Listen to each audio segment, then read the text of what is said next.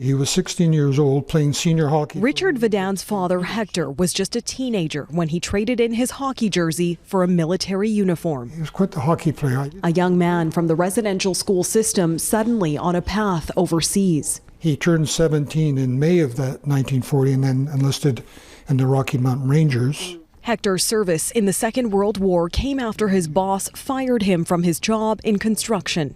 They said there are people saying, why isn't an Indian working when there's white men that need a job? Vidan says his father married a British war bride and decided the best way to protect their children was to hide their heritage, never telling them their First Nations. From residential school experience where he had contracted rheumatic fever and been bedridden, he learned that no matter how hard you work, what you do, you can't change the basic element, skin color features. Vidan says he only confirmed his ancestry as a member of Niskalnith Band halfway through his 11 years of service. When I was commissioned as an officer in the Royal Canadian Air Force in '68, that was only 8 years after my relatives and myself had been given the right to vote. Exempt from conscription, they volunteered to serve while giving up their Indigenous status.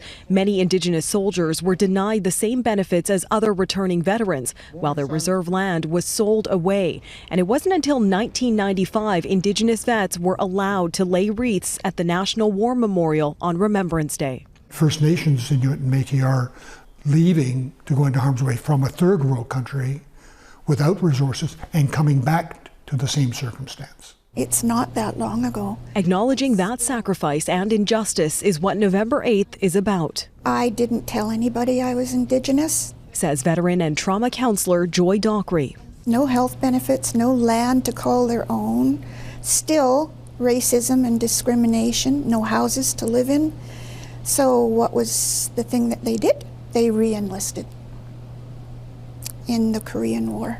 Dockery now leads an association for veterans. I found an ad in the newspaper advertising for summer employment for students, so I joined. And this group is part of Vancouver's Remembrance ceremony. Canada finally recognizes the Indigenous people. We are getting there, but we haven't made it yet. It's a chance to recognize and understand all that our people gave and were not recognized for. An opportunity to honor the history and the heritage. More and more veterans finally feel they no longer have to hide. Neetu Garcha, Global News, Tawasin, BC.